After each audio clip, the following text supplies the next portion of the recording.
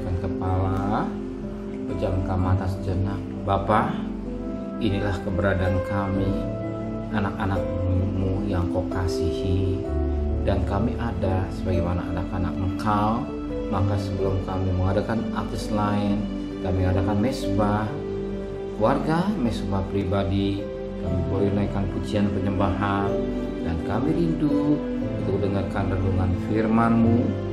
Roh Kudus mengurapi hamba-Mu, Roh Kudus melembutkan hati kami, sehingga butir firman-Mu menjadi berkat buat kami, dan kami juga boleh naikkan doa syafaat kepada Tuhan. Haleluya. Amin. Shalom. Pagi, mari sama-sama kita membuka Kisah Para Rasul pasal 4 ayat pertama sampai 22. Saya bagi ayat pertama sampai 10, besok 11 sampai ayat 22.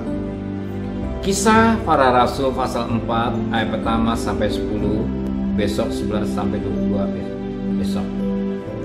Petrus dan Yohanes di hadapan mahkamah agama. Ketika Petrus dan Yohanes sedang berbicara kepada orang banyak, mereka tiba-tiba datangi imam-imam dan kepala pengawal bait Allah serta orang-orang saleh. Orang-orang sangat marah karena mereka mengajar orang banyak dan beritakan bahwa di dalam Yesus ada kebangkitan dari antara orang mati. Mereka tangkap dan diserahkan ke dalam tahanan sampai keesokan harinya karena hari telah malam.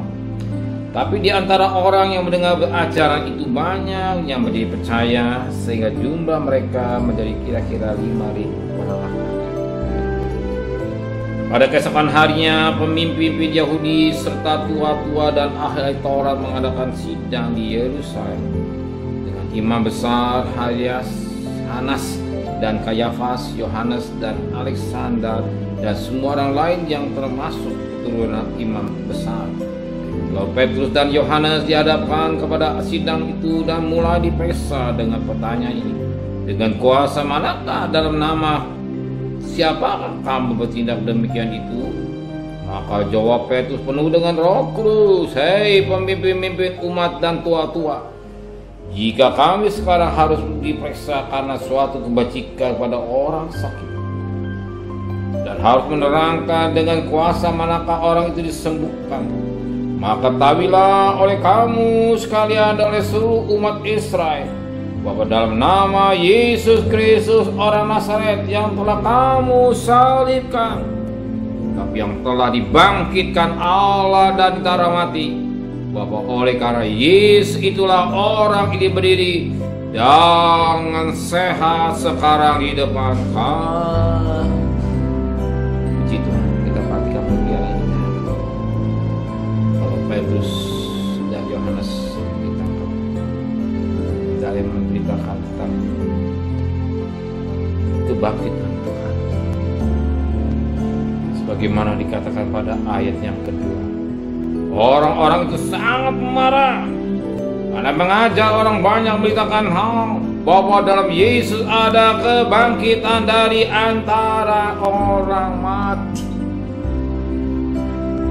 Mereka bukan marah, tapi sangat marah ketika Petrus dan Yohanes menyampaikan berita dalam Yesus ada kebangkitan dari antara orang mati.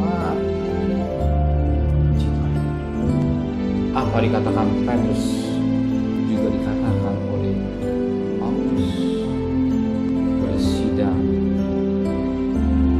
di Korintus, sebagaimana dalam 1 Korintus 15 ayat yang ke-16 sampai ayat selanjutnya.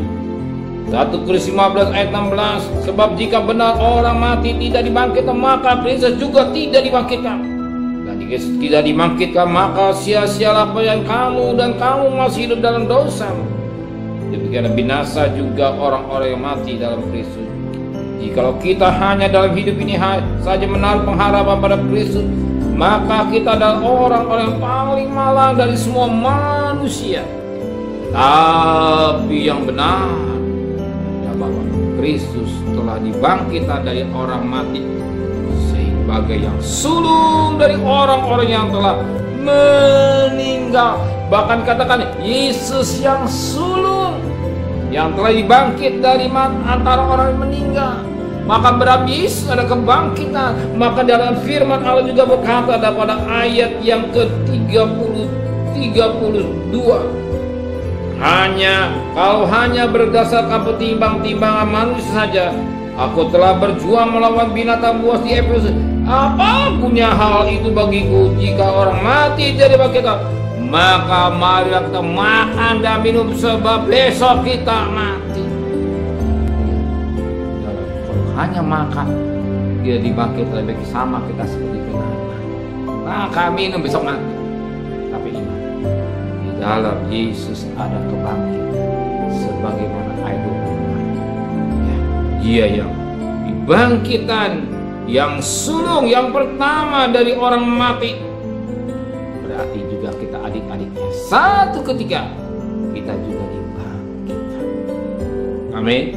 Justru Tuhan yang kita utama ialah kebangkitan. Tapi yang ternyata dikatakan dalam firman Tuhan, orang-orang Saduki, ya, itulah orang-orang yang tidak percaya kebangkitan, marah. Tapi bagi kita, bila mana Yesus yang disampaikan Petrus, disampaikan Paulus, di dalam Yesus ada kebangkitan. Ada kebangkitan. Dan kita tidak keliru, tidak ikut Yesus. Tidak salah ikut Yesus. Sebenarnya Yesus ada kebangkitan. Kalau dia bangkit, berarti dia hidup. Kalau dia hidup, berarti dia sanggup menolong dan menyelesaikan persoalan saudara. Dia sanggup menyembuhkan saudara. Dia sanggup memberkati usaha saudara. Amin. Dia sanggup memelihara saudara. Amin. Dia sanggup membuka jalan dalam persoalan sulit apapun. Amin. Benar Bapa di surga, Engkau yang pertama bangkit dari antara Engkau yang sulung. Kami percaya di dalam Engkau ada kebangkitan. Bangkit kami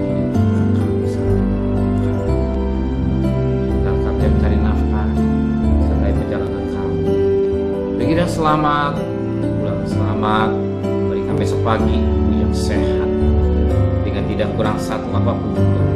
Ganti Bapak Presiden, Wakil Presiden, para menteri, para gubernur, para bupati, para wali kota, para camat, para lurah, pada RW, pada RT, pada medis, para relawan, pada TNI, para Polri.